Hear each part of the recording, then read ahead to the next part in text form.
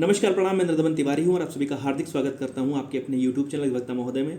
लखनऊ विश्वविद्यालय के LLB 3 years course, LLB 5 years course में आपके सेमेस्टर एग्जाम्स को लेकर के हम लोग लगातार बात करते आए हैं।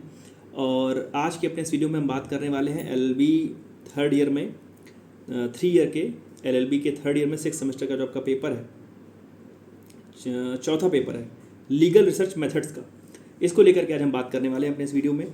और इसके सिलेबस को अगर हम देख करके कहें तो इस सिलेबस में एक तो तीसरी यूनिट को अगर छोड़ दिया जाए तो जो पहली यूनिट है और दूसरी यूनिट है और चौथी यूनिट है वह अपने अलग अलग सेमेस्टर में, मुझे लगता है, और आप जब सिलेबस पढ़ रहे होंगे तो आपको ये चीज़ समझ में आई होगी कि वो पूरा का पूरा जो सिलेबस है वो तीसरी यूनिट को छोड़ करके पहली यूनिट, दूसरी यूनिट और जो चौथी यूनिट है वो किसी ना किसी सेमेस्टर में आपने किसी ना किसी विषय के रूप में पढ़ रखी है। अब जैसे पहली यूनिट है जिसमें आपको क्लासिफिकेशन, सोर्सेज ऑफ लॉ और मीनिंग, लॉ की मीनिंग पढ़नी है। आपने जूरिस्प्रूडेंस में ये चीज़ पढ़ी है, आपने थोड़ा सा इंटरनेशनल लॉ में भी ये चीज़ पढ़ी है, जिसमें आपको मीनिंग और डेफिनेशन पढ़ना है। लॉ का मतलब क्या है, लॉ की परिभाषा क्या है, जो लॉ के फंक्शंस हैं, विधि के कार्य क्या है, पढ़ने होते हैं। क्लासिफिकेशन ऑफ लॉज में आपको पब्लिक एंड प्राइवेट लॉ के विषय में पढ़ना है। सब्सटेंटिव और प्रोसीजर लॉ के विषय में पढ़ना है। म्यूनिसिपल और इंटरनेशनल लॉ के विषय में पढ़ना है, जो विधि के हमने बंटवारे कर रखे हैं उसको लेकर के। दूसरी जो यूनिट है उसमें आपको सोर्सेज ऑफ लॉ के विषय में पढ़ना है और लीगल रीजनिंग है। ये जो आपका पेपर है लीगल रिसर्च मेथड्स, उसका जो वास्तव में कहें तो उसका जो मुख्य जो प्रयोग है वो दूसरी और तीसरी यूनिट में ही है उस शब्द का। दूसरी यूनिट में आपको सोर्सेज ऑफ लॉ में और लीगल रीजनिंग में क्या क्या पढ़ना है। पहली चीज़ तो सोर्सेज ऑफ लॉ में प्राइमरी सोर्स क्या है, सेकेंडरी सोर्स क्या है, और कस्टम का मतलब क्या होता है, प्रेसिडेंट का मतलब क्या होता है, प्रेसिडेंट के जो तमाम सारे कैटेगरीज हैं उसको लेकर के है। डिसेंटिंग और कॉन्करिंग ओपिनियन का मतलब क्या होता है। आप कई बार सुनते होंगे कि फला जजेस की बेंच में इनका जो ओपिनियन था वो डिसेंट ओपिनियन था, विस्मत ओपिनियन था, मतलब वो सबसे अकेले पड़ गए। ओवर रूलिंग, जजमेंट्स की ओवर रूलिंग से आप क्या समझते हैं, कब कहते हैं कि जजमेंट, फला जजमेंट जो है इसको इस केस में ओवर रूल कर दिया गया है। आर्टिकल 141 का मतलब क्या है कॉन्स्टिट्यूशन में। आर्टिकल 141 का मतलब स्टे डिसाइसिस का मतलब क्या होता है, रेशियो डिसाइडेंडाई का मतलब क्या होता है, कौन से टेस्ट हैं जो रेशियो डिसाइडेंडाई को डिटरमाइन करने के लिए होते हैं, ओबिटर डिक्टम, ये सारे के सारे, ये ओबिटर डिक्टा हुआ, रेशियो डिसाइडेंडाई हुआ, ओबिटर डिक्टम हुआ, सारे के सारे जो चीज़ें हैं आपने जूरिस्प्रूडेंस में कहीं कहीं पढ़ रखा है। जिस समय आप जूरिस्प्रूडेंस आपके पहले या दूसरे सेमेस्टर में जब भी आपने पढ़ा होगा। लेजिस्लेशंस को लेकर के है। जस्टिस राइटिंग का मतलब क्या है, justice equity and good conscience का जो प्रिंसिपल है उसका मतलब क्या है, international law as a source of municipal law, इस पूरे जो मैगजिम है इसका मतलब क्या है। लीगल मटेरियल्स में केस लॉ का मतलब क्या होता है, केस ब्रीफिंग का मतलब इंस्टीट्यूट्स, रिपोर्ट्स, जर्नल्स का मतलब मैनुअल्स का मतलब डाइजेस्ट क्या होता है, use of law, library, importance of legal research, इसका मतलब क्या होता है।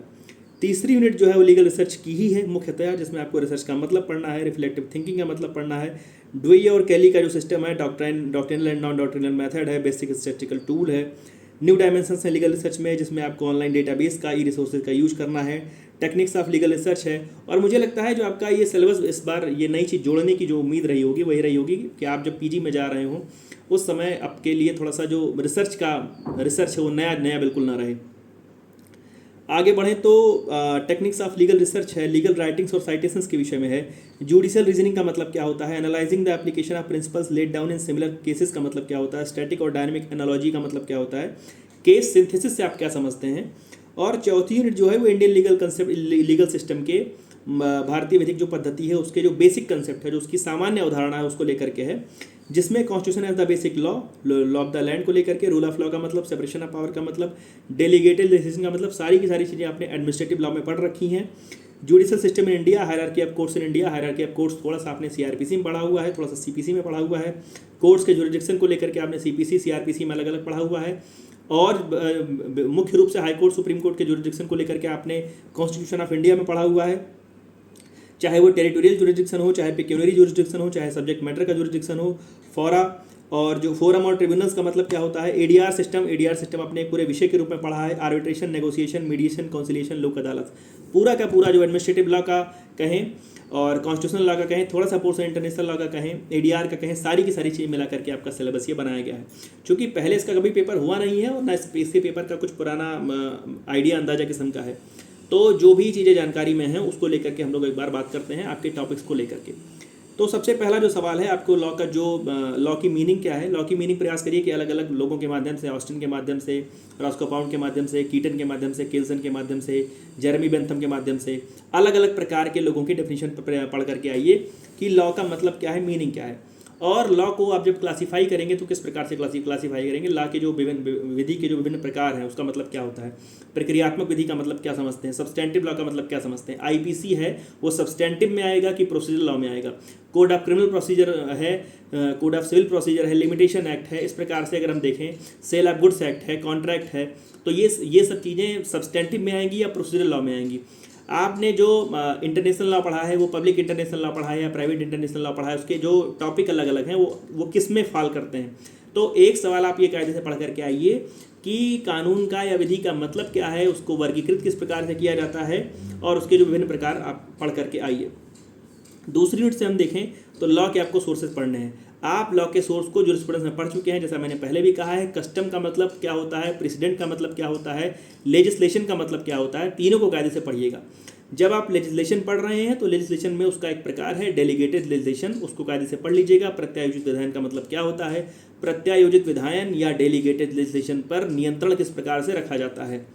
जब कोई संस्था कोई अपनी जो काम करने की शक्ति किसी को डेलीगेट कर दे, किसी को डिस्ट्रीब्यूट नहीं डेलीगेट कर दे, प्रत्यायोजित कर दे कि आप कर लो ये काम, विवेक से करना, समझदारी से करना, तो उसको डेलीगेटेड लेजिस्लेशन कहते हैं। उसको कानून बनाने की जो शक्ति मिल जाती है। तो लेजिस्लेशन में आपको यो ही पढ़ना है और उसके बाद डेलीगेटेड लेजिस्लेशन, और उसके ऊपर जो चाबुक है, जो उसके ऊपर अंकुश लग रहा है, वो कहाँ से लग रहा है, उसको कायदे से आप पढ़ लीजिएगा। छोटी छोटी जो कुछ परिभाषाएं हैं उसको कायदे से देख करके जरूर आइएगा।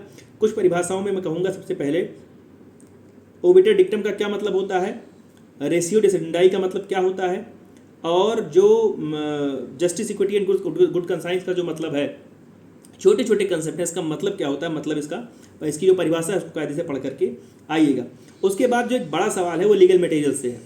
लीगल मटेरियल का मतलब ये है कि आपने इतने दिन कानून पढ़ा, आप ये लगभग आपका मुझे लगता है सेकंड लास्ट पेपर है, इसके बाद आपका एक ऑप्शनल पेपर होगा शायद। तो जो लीगल मटेरियल्स आपने पढ़े उसमें आपने सबसे अधिक यूज किया होगा तो केस लॉ का यूज किया होगा। केस लॉ का मतलब क्या होता है, केस ब्रीफिंग का मतलब क्या होता है, statutes, reports, journals, manuals, digest, ये जो सारी की सारी चीज़ें आप कहीं पर मूट करते समय या अपने मामले की पैरवी करते समय अगर आप जूनियर कहीं पर किसी के रहे होगे तो सीनियर की आपने मदद करी होगी, वहाँ पर इन्हीं सारी चीज़ों को ला करके आपने मदद की होगी। केस कॉमेंट लिखने के लिए, आर्टिकल लिखने के लिए आपने कई बार प्रयास किया होगा, लिखा भी होगा। तो आपको देखना है कि लीगल मटेरियल किसे बोलते हैं, कौन सी चीज़ें जो हैं वो लीगल मटेरियल्स की परिभाषा के अंतर्गत आती हैं। और लीगल मटेरियल्स के अंतर्गत केस लॉ का मतलब, केस ब्रीफिंग का मतलब, statutes, reports, journals, manuals, digest, बिल्कुल छोटी छोटी चीज़ें हैं। किस प्रकार से आप जो लाइब्रेरी को यूज करके अपने प्लेंट को, अपने ड्राफ्ट को, अपने स्टेटमेंट को किस प्रकार से अपने जो ड्राफ्टिंग आपकी कैसे उसको मजबूत करते हो, कैसे उसको बल देते हो, तो ये सवाल आपके लिए ज़रूरी है, इसको कायदे से पढ़ करके आइएगा। उसके बाद लीगल रिसर्च पर हम आते हैं। लीगल रिसर्च का आप क्या मतलब समझते हो। आप में से बहुत सारे लोग एससीसी ऑनलाइन यूज करते होंगे, मनुपात्रा यूज करते होंगे, अलग अलग चीज़ें यूज करते होंगे जहाँ से आप केस लॉज को लेते हैं। तो आपको एक चीज़ देखनी है कि रिसर्च का मतलब क्या है, रिफ्लेक्टिव थिंकिंग से आप क्या समझते हैं, डवेरी केली सिस्टम का मतलब क्या होता है। अच्छा, जो अन्य अलग अलग प्रकार की जो पद्धतियाँ हैं विधि में शोध करने की, विधि में कोई चीज़ खोजने की, ढूंढने की, उसको आपको मुख्यतः पढ़ना है कि किस प्रकार से। कई बार आपको आपके सीनियर ने कोई केस दिया होता है, कहते हैं इस पर कुछ स्टडी करके लाओ, इस पर कुछ पढ़ करके आओ, तो आप जो पढ़ करके जा रहे हो वही है मुख्यतः लीगल रिसर्च। अच्छा, इसमें जो कुछ सिस्टम दिया हुआ है, पद्धति दी हुई है, आपके लिए थोड़ी सी नई है, मेरे लिए भी उतनी ही नई है जितनी आपके लिए नई है, पढ़ेंगे तो आसानी से हो जाएगा। उसके बाद हम नीचे आएँ तो जो जुडिशियल रीजनिंग है, जो जुडिशियल रीजनिंग है, उसका मतलब क्या होता है। जुडिशियल रीजनिंग के अंतर्गत analysing the application of principles laid down in similar cases, इसको आपको कायदे से पढ़ना है। केस सिंथेसिस क्या होता है, डायनेमिक एनालॉजी क्या होता है, जो ये सारी चीज़ें हैं इसको कायदे से पढ़ लीजिएगा। केस सिंथेसिस जो है वो जहाँ पर हम लीगल मटेरियल्स पढ़ रहे हैं वहाँ भी आपको पढ़ना है, तो एक जगह पर आप पढ़ेंगे, दोनों जगह पर आपके काम आ जाएगा। उसके बाद हम चौथी यूनिट पर आते हैं जो आपकी जानी पहचानी यूनिट है। यहाँ पर आपको जो मुख्य कुछ कंसेप्ट कॉन्स्टिट्यूशन है, कुछ कॉन्स्टिट्यूशन के जो मुख्य कंसेप्ट हैं, जैसे रूल ऑफ लॉ हुआ, एवी डायसी का सिद्धांत है। रूल ऑफ लॉ को आपने कई बार पढ़ा है, आपने कॉन्स्टिट्यूशनल लॉ ऑफ इंडिया में आर्टिकल 14 के दौरान पढ़ा है, आपने एडमिनिस्ट्रेटिव लॉ में इसको पढ़ा हुआ है। तो रूल ऑफ लॉ का मतलब क्या होता है, सेपरेशन ऑफ पावर का मतलब क्या होता है, मॉन्टेस्क्यू ने सेपरेशन ऑफ पावर के विषय में क्या कहा, इंडिया में सेपरेशन ऑफ पावर किस हद तक लागू है, इंडिया में सेपरेशन ऑफ पावर के बजाय अगर डिस्ट्रीब्यूशन ऑफ पावर लागू है तो उसका, और सेपरेशन ऑफ पावर का, शक्तियों के पृथक्करण और शक्तियों के वितरण का जो अंतर है वो क्या है, उसको पढ़ लीजिएगा। उसके बाद आए तो जुरिस्डिक्शन को लेकर के सवाल की उम्मीद है, तो जुरिस्डिक्शन को कायदे से पढ़ लीजिएगा आप। टेरिटोरियल जुरिस्डिक्शन मतलब क्षेत्राधिकार, आप पेक्यूनरी जुरिस्डिक्शन मतलब रुपए पैसे वाला, आप जब सीपीसी पढ़ते हैं तो वहाँ पाते हैं कि सिविल जज जूनियर डिवीजन का जो पेक्यूनरी जो उसका जुरिडिक्शन है वो क्या है, सिविल जज सीनियर डिवीजन का क्या है, डिस्ट्रिक्ट जज का क्या है। उसके बाद आपको सब्जेक्ट मैटर का जुरिडिक्शन भी देखना है कि अगर सब्जेक्ट मैटर कहाँ पर सिचुएट करता है। अगर उसमें आपके पास एक बिल है, उसमें लिखा हुआ है कि समस्त वाद विवाद जो है वो लखनऊ जिला न्यायालय, जिला सत्र न्यायालय के अंतर्गत होगा, और उसे आप चाहते हो कि बम्बई में करो, तो क्या आप कर पाओगे। सब्जेक्ट मैटर कितना मायने रखता है।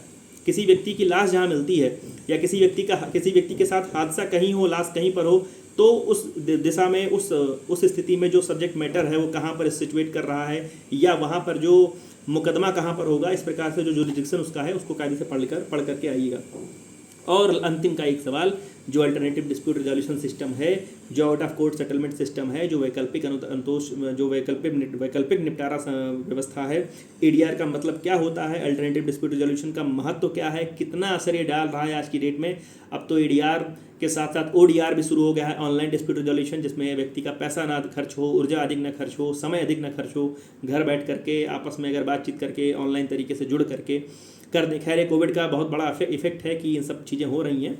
तो वो किस प्रकार से जो इंडियन लीगल सिस्टम के बेसिक कंसेप्ट पहले नहीं था, वो इस बात में कोई दो राय नहीं है कि एडीआर बहुत लंबे समय से बेसिक कंसेप्ट नहीं रहा है।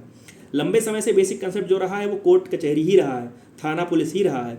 लेकिन अब किस प्रकार से एडीआर ने आपके लखनऊ विश्वविद्यालय के सिलेबस में basic concept of Indian legal system के एक सहायक के रूप में जगह बना ली है, उस पर आपको निगाह डालनी है कि कैसे जो अल्टरनेटिव डिस्प्यूट रिजोल्यूशन सिस्टम है, कैसे कॉन्सिलेशन महत्वपूर्ण है, कैसे नेगोशिएशन महत्वपूर्ण है, कैसे मिडार महत्वपूर्ण है, कैसे मीडिएशन महत्वपूर्ण है, क्या कैसे वो कोर्ट कचहरी में चप्पल घिसने से ज़्यादा अच्छा है, ज़्यादा बेहतर है। तो उसको पढ़ करके आइएगा। प्रयास करिएगा कि पहली यूनिट जो है, तीसरी यूनिट है, चौथी यूनिट है, वो आपके लिए बहुत ही फेमिलियर है, बहुत जाना पहचाना आपके लिए है, तो वहाँ से अधिक सवाल करने का प्रयास कीजिए। और मैं बचने के लिए नहीं कह रहा हूँ, मैं एक चीज़ ये कह रहा हूँ कि अगर आपको लीगल रीजनिंग से या थोड़ा सा लीगल रिसर्च से थोड़ी सी दिक्कत आ रही हो, तो ऐसी स्थिति में आप पहली, दूसरी और चौथी से भर के सवाल कीजिए। लेकिन अगर आपको आगे रिसर्च में जाना है, अगर आपको पीजी करना है, तो आपके लिए जो रिसर्च के तरीके हैं, रिसर्च का मतलब क्या होता है, लीगल रिसर्च का मतलब क्या होता है, केस का जो तमाम सारा लीगल मटेरियल है वो ढेर सारा पढ़ना है आपको, ताकि आगे आपको समस्या ना हो, आपके मास्टर ऑफ लॉज के लिए समस्या ना हो। तो आपके इस पेपर के लिए आपको ढेर सारी शुभकामनाएं। और जो भी आपका अगला पेपर होगा, आपका मुझे लगता है अगला ऑप्शनल पेपर होगा, उसको लेकर के मैं जल्दी आपके समक्ष उपस्थित हो जाऊंगा। तब तक जुड़े रहिए मेरे साथ। धन्यवाद, प्रणाम।